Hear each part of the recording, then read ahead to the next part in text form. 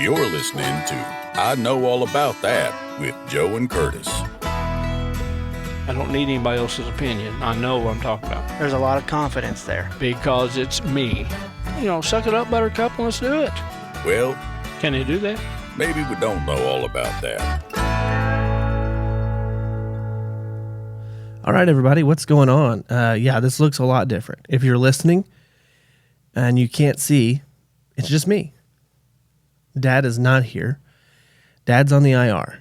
He took a spill because he's an old man and got a severe concussion.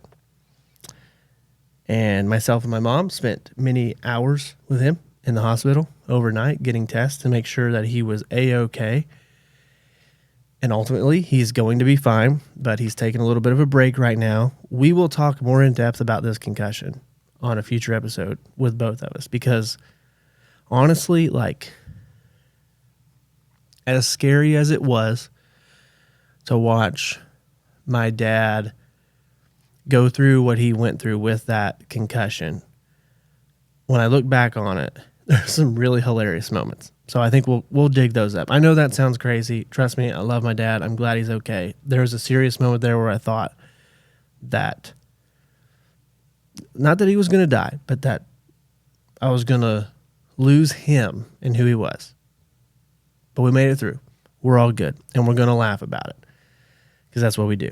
So that's why he's not here. I'm taking this opportunity to do a solo episode and for you to get to know me a little bit more. So if you're out there listening and you don't know me, this is a great episode for you. If you do know me, I'd appreciate you sticking around. If you don't want to, totally fine. I get it.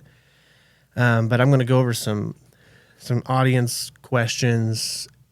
Not that necessarily we've gotten on social media, but I've just gotten in general for people talking to me about the podcast. And just, get to know me a little bit more. So that's what we're going to do in this episode.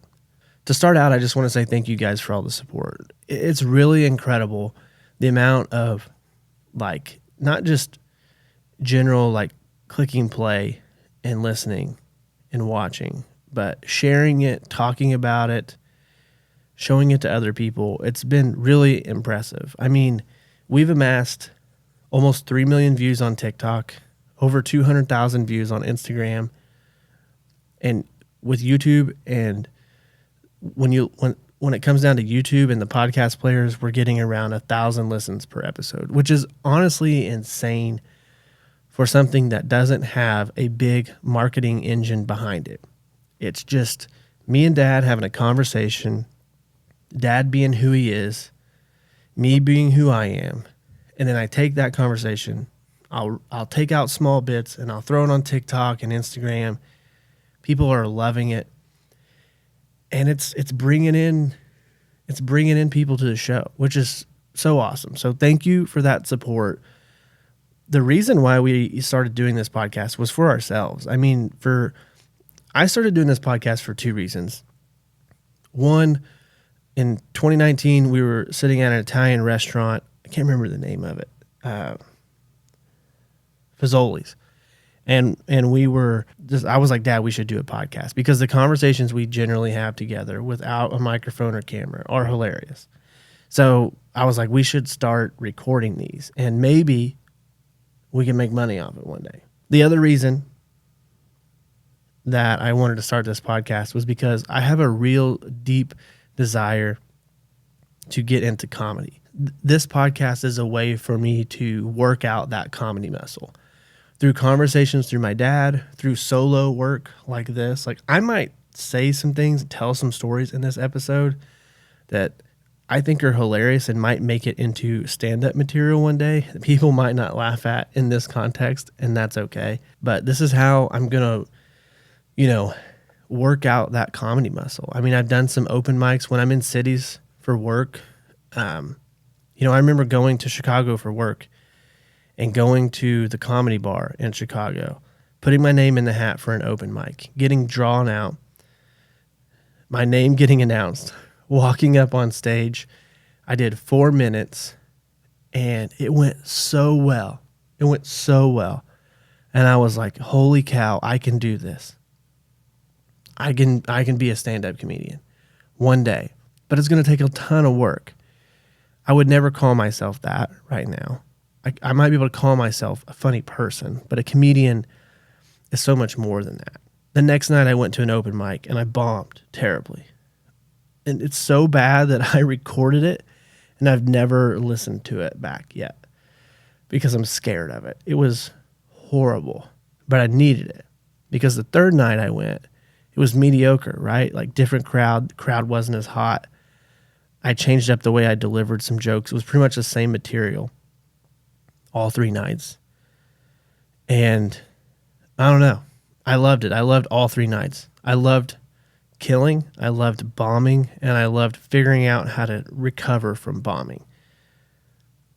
So yeah, that's why I'm doing this. To spend time with Dad and to share with you the entertainment that we give each other on a weekly basis and to help myself become better at comedy. So that's the real reason why we're doing this podcast. Now, I was talking about making money at it, and a question that has come up quite a bit is, hey, what happened to the Manscaped sponsorship? So first off, that was absolutely crazy that after one episode, we had a national brand like Manscaped reach out and say, hey, we want to do a trial run, sponsor the show. And if you're not familiar with that process, what they'll do is they will send you some product and they're going to give you scripts, right, like that we read, and you're going to get a coupon code associated with your show. And if you can get a certain amount of people to use that coupon code, you're going to move on to another trial run where you actually get paid for the trial run, but then you have to pass that test, right? I don't want to get into the details of it because ultimately I don't think the Manscaped partnership was best fit for this show. They have a lot of like really like risque type of advertising, and we're a very clean show. But I did say yes because I thought the idea of my dad learning about a men's grooming product was going to be hilarious. And it was. Like the fact that I made him use a nose trimmer live for an advertisement, I'll never forget that. I love it. Anyways, it didn't work out with Manscaped. We just didn't have the audience yet. I mean, they reached out to us after one episode, and I was like, you guys do realize that we've only done one episode, right? And they're like, yeah, but your TikTok has a ton of momentum, and you know, we see some potential in it, so let's give it a shot. And I knew it wasn't gonna work. It didn't end the way that I kind of expected it to. I actually told them that we're not interested because of some of the practices they had, but you know, it was just awesome that they reached out in the first place. So that's what happened with Manscaped. We are in the process of talking with potential, what I would consider first sponsors now, people who are going to be with us for months at a time and be dedicated to the show, people we know, people we care about, people whose businesses we care about, and we're going to make it a more integral part of the show. And to be completely honest with you, the show is changing a little bit in terms of format. Like you've seen us go from the church. In those first few episodes, we were recording in a church because it was convenient for Dad. I never really wanted to record there. Not that I don't. I mean, I go to church all the time. It's just that like there are some like topics in conversation that come up that don't really have a place in church. And it's not that they're bad and unpure topics. It's just, you know, you get what I'm saying. I wanted to get out of the church mainly because I wanted to get to a place like this, like a studio. This is my basement. It's like a little corner of my basement where I've set some stuff up. And this is very repeatable, right? Come down here, flip a switch. The studio lights are all hooked together. They come on at the same time. Hit record on the camera. We've got a monitor over here where we can see ourselves. We've got the soundboard, got my computer. Instead of lounge chairs, now we're moving to tables. So I don't know when this is coming out, this particular episode, but the episode before this one, I believe, unless I switch them up, is around this table for the first time. Dad was falling asleep in the lounge chairs. He had a blanket on. He was getting way too comfortable. I was losing him. So I decided to switch it up. And now we're going to have like more of a segmented show. I've got, you know, it just helps me plan a little bit better. And I think it makes the show more interesting when we've put some thought into the segments, because there's going to be a lot of fun segments, a lot of fun show ideas and things like that moving forward. So I think you're really going to enjoy that. But with this sound effect, I wonder. You know, that's the most important question to which I hope to find an answer. these are just quick topics, quick questions that we're going to go into. I've not really ever lived super far away from home. I mean, I lived in Tennessee for a little bit, and I went down there for Bible college for a couple years, and I played basketball in college. And I didn't play college basketball. I played basketball in college. I did play for the team, but we sucked. I started my freshman year. That's because we had 7 people on the team. So honestly, like, we could have started all 7 of us, and we would have still got our butts whooped. It was pretty bad. It made me hate basketball. Actually, my coach made me hate basketball. We'll get into that at some other time. That guy was nuts. But that's a different topic for a different day. A question that I got asked numerous times while I was in college playing basketball was, have I ever met Larry Bird? And for those of you who don't know me, we are from French Lick, Indiana, which is the home of Larry Bird, the hick from French Lick, right? Which, by the way, you cannot say hick anymore. That was on Stanford's list of no-no words. Instead, you should use unsophisticated or uneducated. That's what they say. It's just what they say. I didn't say it. I didn't make it up. That's what they said. It's wild that they were like, you know what? I don't think you should use the term hick. That's a little insensitive. How about uneducated? Let's use that. I like that better. So, anyways, the hick from French Lick, Larry Bird. Have I ever met him? Yes. Most people from French Lick probably have. I met Larry Bird at a funeral home. And honestly, it was kind of a dilemma. Like, I don't like going to funerals anyway. I mean, I don't know what to say to people. And I think the idea, right, is that nobody can say the perfect thing. Like, being there is better than anything. Being at a funeral for the person is better than thinking you're saying the right thing. But man, when I got to that funeral, I was focused on one thing, and that was meeting Larry Bird. I was a young kid, and I forgot who I was even there to see. Because when I saw Larry Bird, I was like, this is why I'm here. And he probably wants to talk to me, so I'm going to go over to him. So I went over to Larry Bird, and I shook his hand, and he obviously, I think he was there for the person that passed away. I don't think he was there to see me. So he was very quick handshake. How you doing? Yeah, all right, cool. Later. And I mean, it was a dilemma because I was like, well, do I stick around? Maybe he wants me to hang out for a second. Maybe that was like, hey, nice to meet you. Hang on a second. I'm having a conversation. Let me get back to you. It wasn't that, because I stood there for 3 or 4 seconds, which honestly, it probably felt like 20, 25 seconds, maybe 23. And I was at a dilemma, right? Do I stay there? Do I keep talking? And then I decided to leave. But the first thing that popped in my mind was like, do me and Larry Bird have any other mutual friends that are near death? So that I could probably plan, maybe get an idea of when I might see him again. And I haven't seen him since. It's been like 15, honestly, probably been like 18 years. It was a long time ago. That place isn't even a funeral home anymore where I saw him. So yes, I've met Larry Bird. He met me. I met him. It was great. So yeah, anyways, my friends at college, they asked me they talked about Larry Bird all the time. They're like, you must have been like Larry Bird at your high school. I was like, no, nobody has been like Larry Bird at my high school. Except for Larry Bird. He's the only one that's been like that. I did focus a lot on,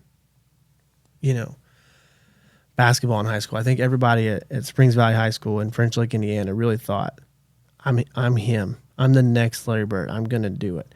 I might not look like it right now, but wait till I get to college. I'm really gonna ramp things up. I think everybody had that thought a little bit, but it hasn't been true for anybody except Larry Bird. No one. So I was focused on two things in high school: sports and the Lord. That's pretty much it. And that really affected not my friendships, because all my friends were kind of into the same thing, but the ability to get a girlfriend and to keep a girlfriend. I didn't do a good job at that. Like this one girl, I mean, we dated for, longer than I dated anybody. Enough time to where it was like, hey, we got to start talking about what happens when one of us goes to college, And then before that happened, she went back to her ex-boyfriend. So, I mean, like I said, I was focused on sports and the Lord. And girls weren't even number 3. Number 3 was probably my Ranger, honestly. And number 4 was probably family. Number 5 was probably my, like, spending time by myself. I'm the only child. I like solitude. I don't even know if girls make the top 10 in high school, honestly. I wasn't much to... I was like a little wiry little boy, too. So, a little scrawny dude. This is like a therapy session. When I think about it, there's actually this one girl in junior high. There's this one girl in junior high that I dated for a long time. And I don't know if you guys ever remember dating at that like late elementary into junior high age, but you don't really talk a lot. I think it's probably different now, but at the time there was no means of communication other than at school. So it was kind of like you only dated during business hours. It was kind of like a business hours thing. It was like a 9 to 5. And even then it was like both of us were punching the clock 9 to 5. We barely communicated. And we never really officially broke up. So honestly, that's something I should probably think about addressing. I wonder if it's too late. That's been like 16 years. So would it be weird if I reached out and I was like, hey, it's over. All right. Haven't heard from you in 16 years. I got a wife and kids. I got a new life. It's over. I hate to tell you, but it's over. She probably wouldn't care. I don't know. She might be thinking the same thing. We never even talked to each other, so I doubt it. I'm just now remembering this. Another girl that I dated, we were good friends, which, you probably really shouldn't date somebody who you're good friends with. But we decided to do that, and we had a good time for a couple weeks. Good matchup. We were both really interested in sports. That was our focus.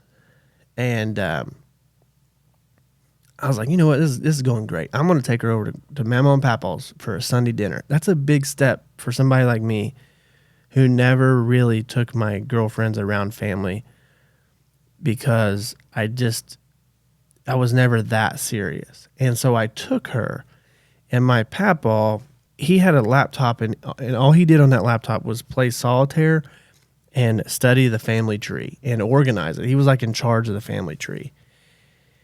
And, I brought that girl in, and he immediately was like, what's your last name? And I was like, oh no. Oh no. And she said her last name, and he said, oh yeah, we're related to some of them. And let me tell you, when I mean, we looked at each other and without saying a word knew that this was not going to work out. Even if my papa was just being a turd and he was just doing it for the fun of it, there's no way that we were going to be able to keep this relationship going because of that moment.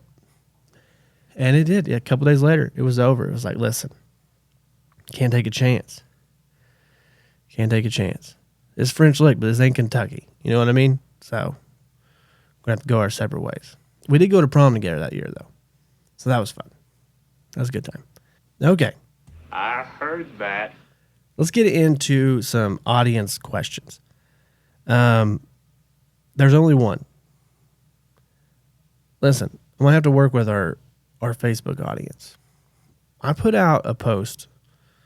Let me find the post. because I thought I was very clear about this, and apparently I wasn't. Okay. I put out this post asking, basically like, hey, ask me a question specifically that you would like me to answer about Dad. And I said, for the podcast, what are some questions you have for me about Dad? Okay. And I was just basically explaining our audience is growing. We want to gain some context. I knew I was probably going to have to do a solo episode. I wanted to prepare a little bit. Nobody listened. Nobody read it. Unfortunately, I posted a picture of Dad on that, like a screenshot of a funny expression, and it just people were like dogs being distracted by a squirrel. No one listened. All they did was ask more questions that they want me to ask him on the podcast. Completely ignored my directions. So I posted again, and I'm reading actually some more. So I posted again. I'm just going to do. I said I'm going to try this again. This is what I said in the post. I'm going to try this again. If you were to ask me, Curtis, a question for me to answer about Dad, Joe, what would that question be? What do you want to know about Dad from my perspective? Finally got some people to participate in the correct way. So I'm gonna read through some of these. Some more have came in while we've been recording this, so that's good. Let's just go ahead and grab one here. This is a good question.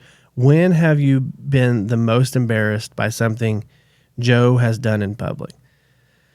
That's a great question because there's so many moments where I was incredibly embarrassed by Dad. So many that I don't even remember all of them. I think one that comes to mind. I was embarrassed by Dad, and I was incredibly angry with Dad. When I was in 4th grade, my parents were building a house, and in the process, the contractor, the guy building the house, was a really good friend of ours, and he was like, "Hey, does Curtis want a secret room by his bedroom?" And so he decided to take, like, the way the house was set up. There's some of these like dead spaces that are going to be beside the upstairs room because of the roof line and all that stuff, construction. Architecture, all that, and so he was just going to put a fake bookshelf in the wall that would open up, and he put a little light in there, just a little playroom, nothing crazy, but a little secret room. And we were like, that's an incredible idea. And we move into the house. My dad's been a preacher for as long as I can remember. Come Sunday, we're in church, and Dad is preaching, and he decides to tell the whole congregation, we just finished up our house. It's great. We're moved in. Curtis has a little secret room behind a bookshelf in his room. And I was like, great. Real secret now. Real secret now. That still aggravates me when I think about that, because so many people knew about that. So that's an embarrassing story. 2 people actually asked that question.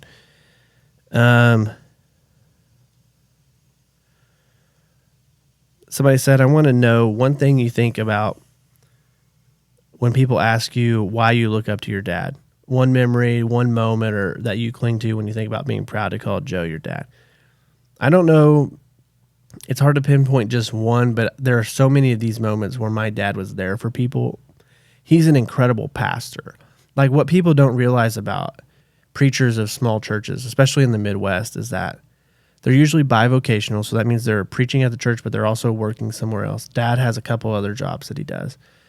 And what he's been incredible at, what he shines at the most, is being there for people and loving people in some of their worst moments. And I've seen that my whole life. And I'm very proud of him for that. I'm very proud to call him my dad for that reason. Dad has to preach every week.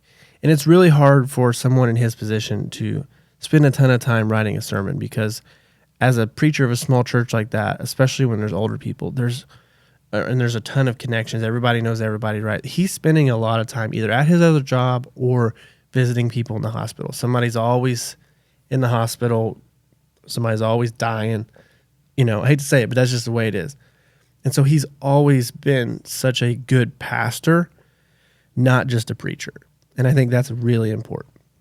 This is a good question here. Who does Dad like better, UNC or IU? For those of you who don't know, that's North Carolina or Indiana University. And he's probably talking about basketball. I'll probably ask Dad this question in the future, but I'm going to go ahead and say that I think Dad likes North Carolina better.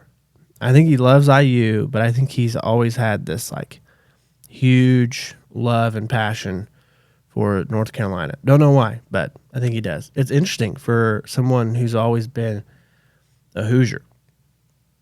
Even where he grew up, a lot of Hoosier fans down there. So, yeah, interesting. They also ask, is sweet tea better extra sweet or just normally sweet? Dad has it extra sweet, typically, which is not good. Like, it tastes good, but not good for him. So, yeah, we both like really sweet tea. I don't really understand the unsweet tea.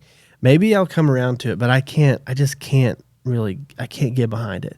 I feel like unsweet tea is what they threw into the harbor at the Boston Tea Party. I don't think it was like Lipton green tea or anything like that they threw in. I think it was unsweet tea. I think we ordered sweet tea, and because we had just won, we just beat them.